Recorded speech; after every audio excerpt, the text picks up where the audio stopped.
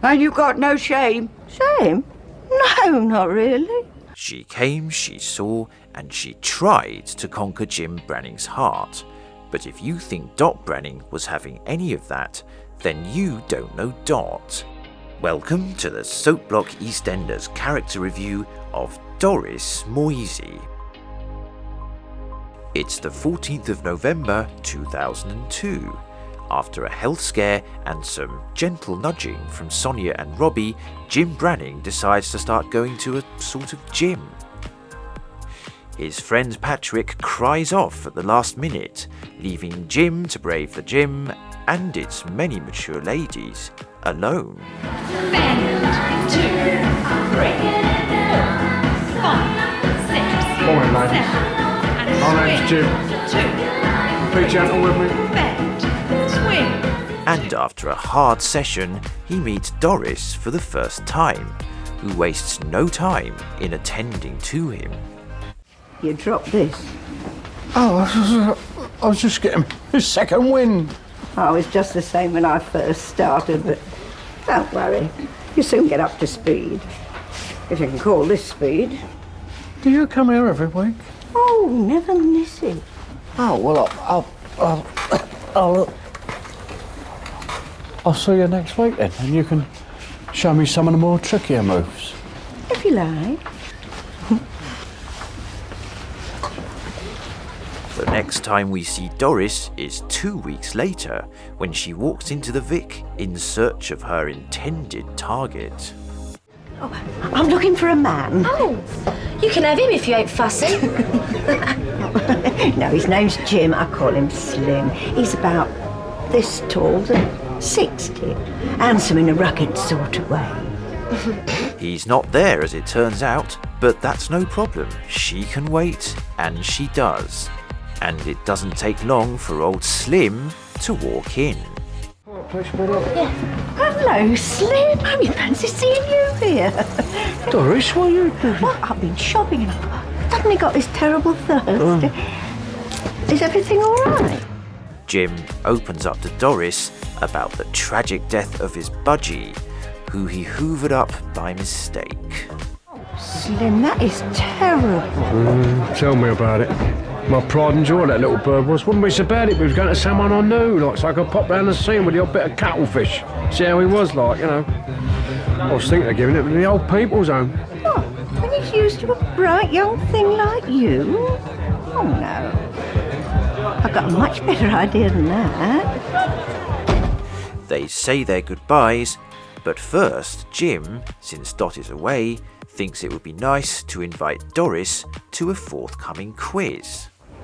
Don't fancy come to this quiz thing, do you? So I can sort of show our appreciation. Well, if you insist. And she's only too happy to turn up. Don't you worry, Jim. I've got the utmost faith in you. Now, what do you want to drink? I'll have another one then, A few days later, we see Doris and Jim again at the gym. And Doris is only too quick to pair herself off with him. Oh, Leslie was saying she'd like us all to split up into pairs. Would you be my partner, Jim? I'd be delighted, Doris. Later, we find out that to Doris's disappointment, Robbie has now signed himself up for the same class. Jackson, Robbie Jackson. Hey, what you doing? I'll sign up for your classes, aren't I? You can't do that. It's for the over 60s. It's the only one that got a place for all the others are full up. I mean, she said she don't mind, so it's cool. You can't work out with us. What's the matter? Scared I'll show you out? I'll outrun you any day, sunshine. You tell him, Jim. Well, we're about to find that out, aren't we? Because by the looks of this, the next class is tomorrow. We see this come to pass a couple of episodes later. Oh, didn't think we'd be seeing you here. Sure you want to still go through with this? Now look, if it all gets too much for you, sit down over there, take a breather. No one will think the less of you. Get ready for a world of hurt then. You show him, Jim. But in his desperation to outdo Robbie, Jim overdoes it. Left, right, and again, 2 to go. Grenade! Grenade! Please, somebody call an ambulance, please. I've got to get to the Trueman. Grenade! It turns out that he's fine after a quick check over by the Dr. Anthony. But there's a sting in the tail. What are you I'm doing it. What am I doing down here? You've just had a dizzy spell, Jim. Come on, let's try and get you up. Okay. How many of these has he had? Anthony orders Jim to bed. Doris is quick to blame Robbie and uses the incident as an excuse to muscle in. This is your fault. He was just trying to prove he was fitter than you. I didn't know he was going to have a funny turn, did I? I don't even. What's it got to be you? I am a very close friend of Jim's and I just need to know he's all right. Let him get plenty of rest and feed him. I'll have another look at him tomorrow. No more exercising for a couple of days, though. Don't you worry, Doctor. I'll see he's all right. You can go as well, Doris. Oh, no. You heard what the doctor said. Your granddad needs looking after. And I'm going to make him a bowl of soup. A couple of weeks later, we briefly see Doris and Jim enjoying themselves at Alfie's Christmas party at the Vic. Hello, sexy. They dance the night away. And that's all we see from Doris until the new year a few weeks later. Anthony is giving health advice to a group of old people, which includes Doris, but not Jim. What I'd like you to do now is jot down what you think you eat, drink and smoke on an average day. And try and be as honest as possible. That old boy in the wheelchair smells like a damp flannel. I heard that. And it's me legs that don't work, not me ears. Cat, that's not funny. All right, keep your hair on, Grandma. Yeah, well, you did know. Doris is quick to get in with Kat and explain to her why she doesn't believe she should commit to Anthony too hastily. There's no harm in playing the field a bit. I was married for 47 years to a man I never loved. He wasn't mean or anything, no, he was just boring. Do you know, on the day he died, I didn't shed a single tear, not one, because I suddenly realised that having been trapped all those years, I was free.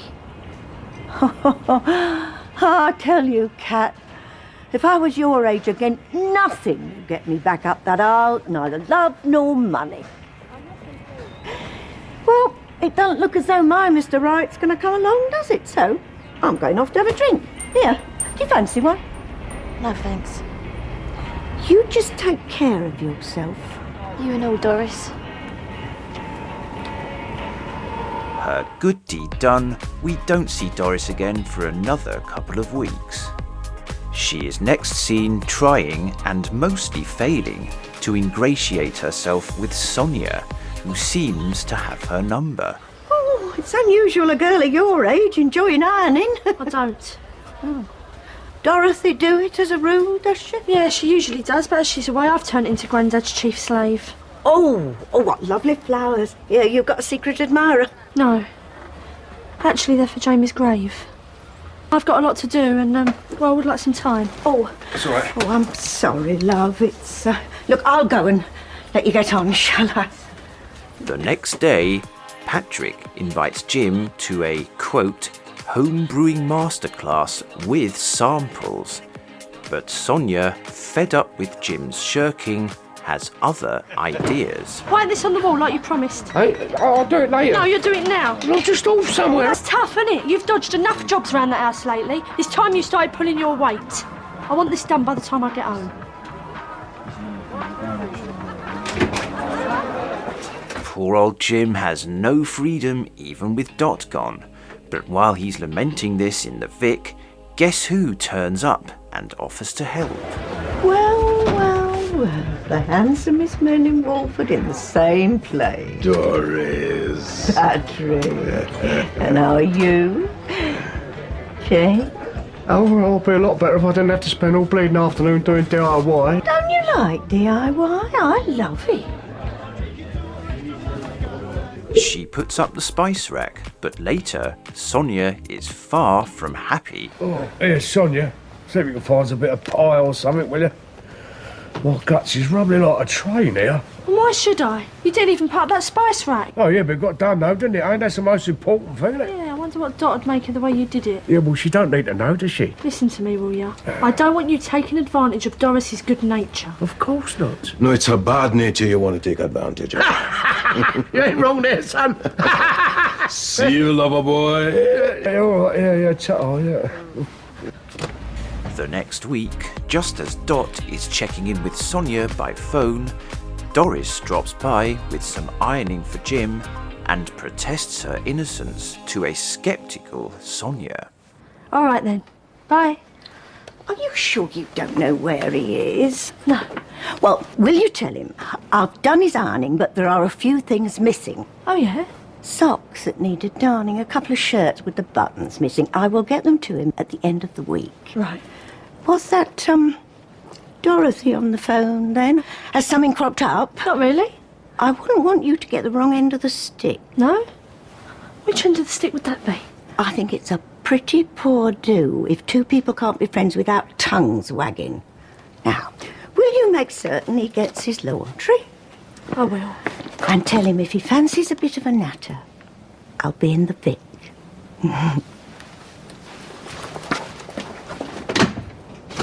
Sure enough, when Jim arrives for his shift at the Vic, Doris wastes no time in collaring him. You're ironing. I dropped it off at the house earlier. Didn't Sonia say? No.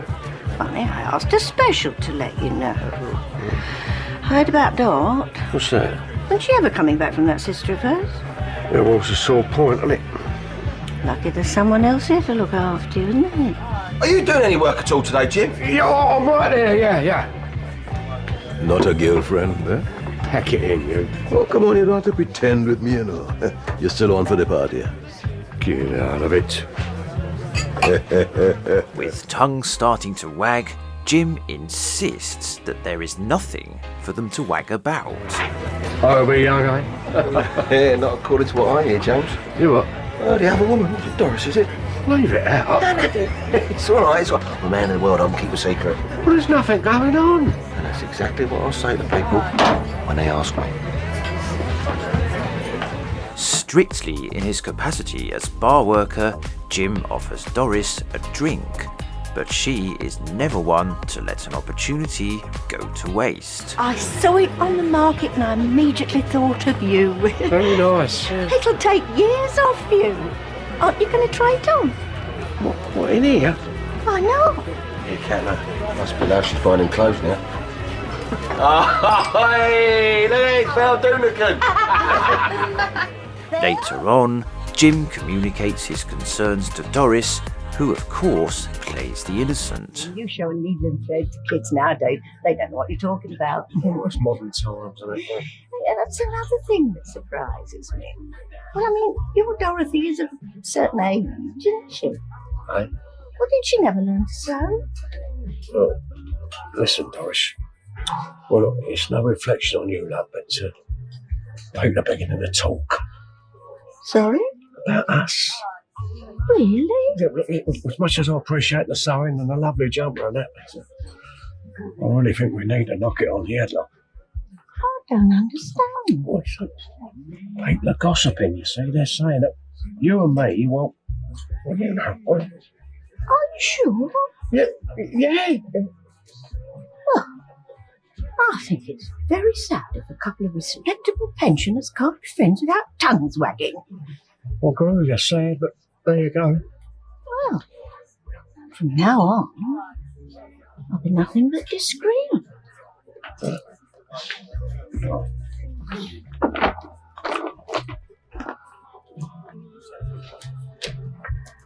A few days later, Jim is nursing a hangover, but when Sonia tries to use that as an excuse to try to stop Doris from coming in, Doris uses it as an excuse for the opposite. Doris! Oh, I was just passing and I'm afraid he's not very well. Oh, I'm sorry to hear about You best not that. come in. You might catch something. Oh, don't worry about me, love. I've had everything that's going. Bet you have. I'm sorry, but that's all we've got time for in this part. Tune in tomorrow for the next part, unless of course it's already been uploaded, in which case you'll find the link to it and all the other parts in the description. Thank you very much for watching this Soap Block EastEnders character review. with a new video uploaded every day. Please subscribe and also share, like and comment. Thanks again, and I'll see you soon.